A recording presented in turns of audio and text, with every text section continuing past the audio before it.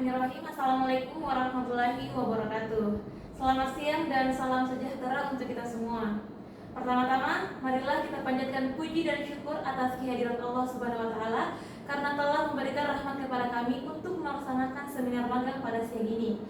Perkenalkan, nama saya Wazaituni selaku moderator dan dua rekan saya yaitu Mr. Nurul Afifah, Mr. Ismail. Baik. Judul yang kami bawakan yaitu proses produksi pembangkit listrik PT PLN Nusantara Power UP Punagaya Jeriponto.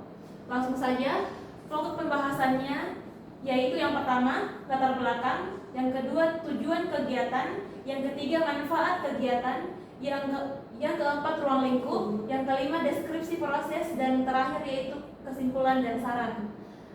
Langsung saja. Latar belakang.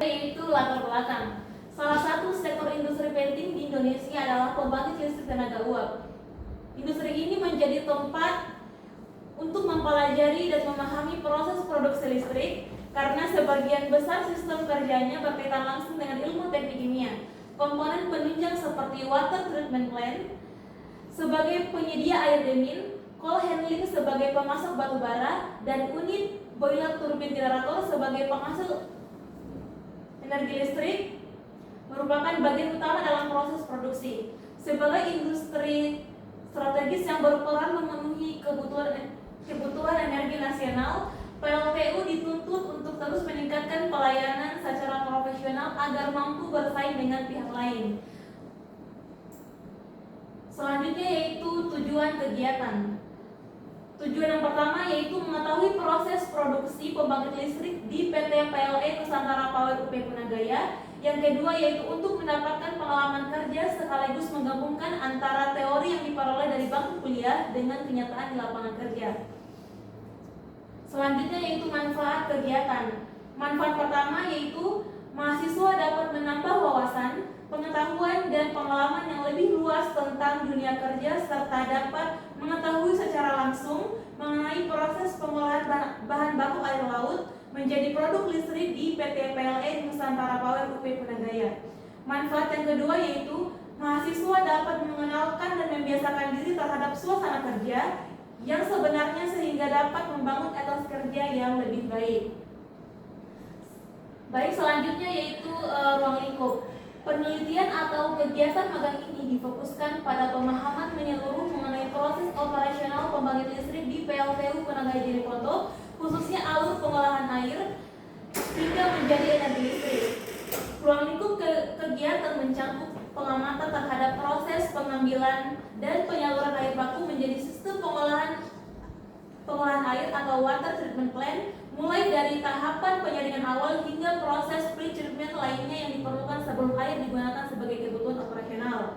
Selain itu, kegiatan ini juga mencakup pemahaman mengenai penyediaan air untuk boiler, termasuk proses pemanasan awal, aeration, serta kontrol kualitas air agar memenuhi standar yang diperlukan dalam pembentukan uap.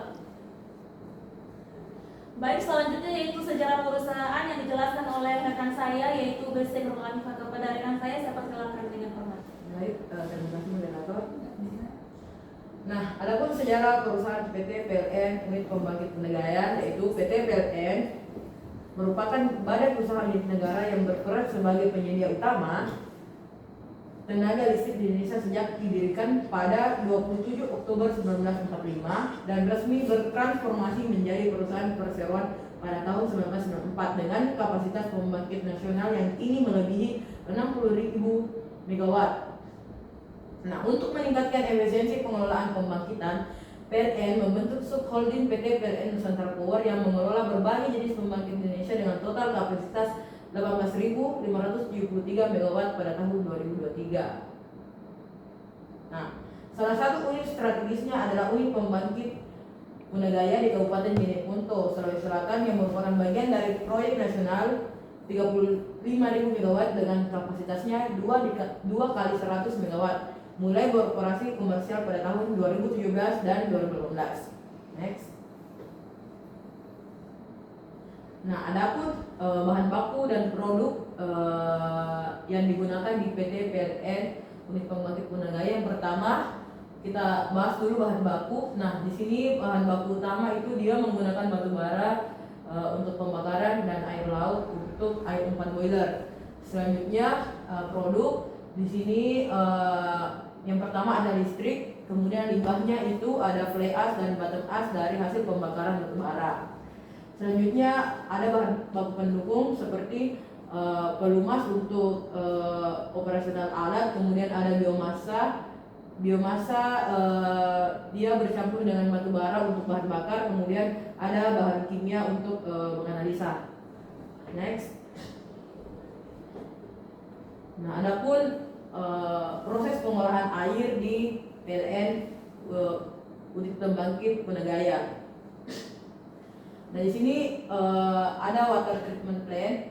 Nah, jadi awal-awal sebelum air jadi air umpan boiler harus diolah dulu. Adapun serangkaian pengolahannya yang pertama ada intake. Di sini air laut ditampung, kemudian dipompa masuk ke tangki flocculant sedimentation. Nah, di sini ada penambahan bahan kimia yang namanya PAC agar kotoran-kotorannya dapat mengendap. Setelah kotoran-kotorannya mengendap, kemudian dipompa kembali menuju tangki reservoir atau penyimpanan sementara.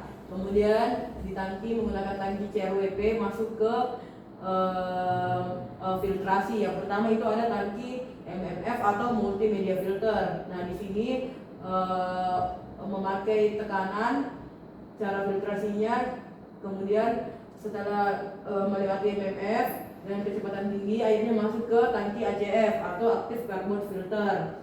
Nah, di sini untuk menghilangkan bau dari air lautnya. Kemudian dipompa masuk ke Ketrich filter. Nah, di sini Ketrich filter menggunakan pompa bertekanan tinggi atau hex pressure pump biar partikel-partikel kecil air lautnya itu hilang.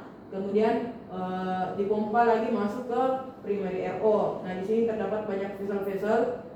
Nah, air yang lolos di primary RO akan masuk ke raw water tank. Sedangkan air yang tidak lolos di primary RO yang masih mengandung banyak garam akan masuk ke tangki reject namanya, atau akan kembali ke CD, ke tangki penyimpanan sementara. Nah, kemudian air yang lolos tadi yang berada di raw water tank akan dipompa kembali ke Ketrich filter atau di proses secondary RO, karena tadi sudah di primary RO dan kemudian di secondary RO-nya di sini vesselnya tidak sebanyak yang pertama. Kemudian di sini hanya untuk memastikan betul-betul tidak ada lagi partikel-partikel yang ada dalam air. Nah, di sini airnya juga sudah payau, sudah tidak ada garamnya. Kemudian air tadi yang tidak lolos juga masuk ke tangki reject di penyimpanan sementara yang tidak lolos.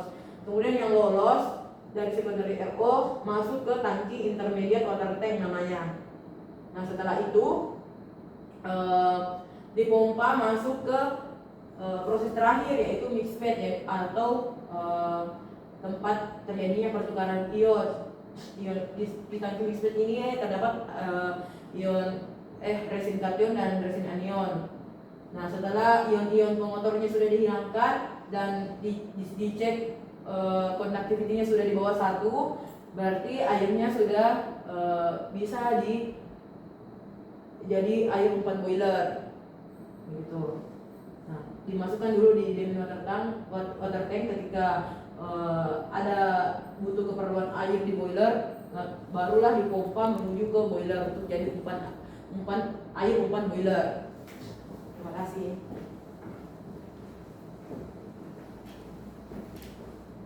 Baik, selanjutnya yaitu siklus air uap yang akan dijelaskan oleh rekan saya, yaitu Besa Isma. Saya persilakan. Baik, untuk menjelaskan siklus air uap. Nah, selanjutnya tadi dari pengolahan air itu ada di tahap deminting. Nah, di sini tahap deminting ini dipompa oleh pompa demin untuk dialirkan ke kondensor. Nah, di sini kondensor untuk masuk ke derator. Nah, dipompa oleh CEP. Di sini melewati low pressure heater atau pemanasan dengan tekanan rendah yang dihasilkan oleh turbin. Nah, di sini masuk ke deaerator. Di sini untuk pemanasan untuk mengefisiensikan deaerasi.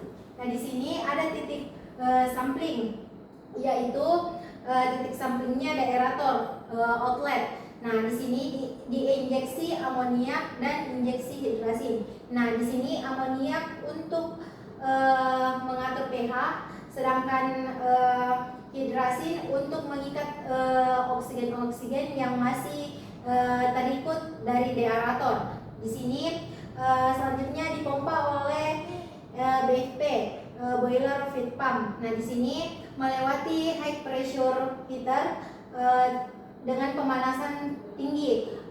Selanjutnya ada titik sampling feed water. Di sini titik samplingnya feed water dan masuk ke economizer. Setelah di economizer, dia masuk ke boiler. Nah, sebelum masuk di boiler itu diinjeksi oleh injeksi fosfat. Di situ injeksinya untuk menghilangkan kerak-kerak dan mencegah korosi. Dan ada titik sampling di sebelum masuk di boiler drum, yaitu boiler water. Nah, di sini masuk di boiler drum itu yaitu pemanasan dengan bahan bakar furnace. Di sini bahan bakarnya itu menggunakan bahan bakar batu bara. Selanjutnya setelah pemanasan itu ada masuk di titik samplingnya saturated steam. Di sini uap yang keluar dari pemanasan tersebut masih uap basah. Nah, setelah itu masuk di HRA. Di sini HRA itu untuk pemanasan area untuk mengubah uap basah untuk mengubah uap basah ke uap kering untuk masuk ke turbin. Di sini pemanasan menggunakan hasil dari bottom batu bara. Selanjutnya ada titik sampling untuk superheated steam. Setelah itu uap yang kering masuk ke turbin untuk menjalankan generator. Di sini uap yang masih tersisa akan masuk di kondensor untuk proses kondensasi. Saya kembalikan kepada moderator.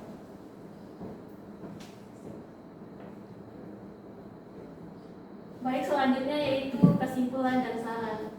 Kesimpulan dari presentasi ini yaitu kegiatan magang di PT PLN Nusantara Power Group Punagaya memberikan pengalaman langsung kepada mahasiswa dalam memahami proses produksi energi listrik pada pembangkit listrik tenaga uap. Melalui kegiatan magang ini, mahasiswa memperoleh wawasan menyeluruh mengenai tahapan-tahapan operasional pembangkitan, mulai dari penanganan batu bara, pengelolaan abu sisa pembakaran, pengolahan air laut menjadi air demineralisasi pada water treatment plant, hingga pemahaman mendalam tentang siklus uap air yang menjadi inti dari proses pembangkitan listrik. Baik, saran yang kami ajukan yaitu perusahaan diharapkan memberikan kesempatan rotasi yang lebih merata ke seluruh unit kerja agar peserta magang memperoleh pemahaman yang lebih menyeluruh tentang proses pembangkitan listrik serta keterkaitan antar unit, sehingga kualitas pembelajaran selama magang dapat meningkat. Baik, itulah tadi presentasi dari kami. Lebih dan kurangnya mohon dimaafkan. Wabillahi taufiq wal hidayah. Wassalamualaikum warahmatullahi wabarakatuh. Waalaikumsalam.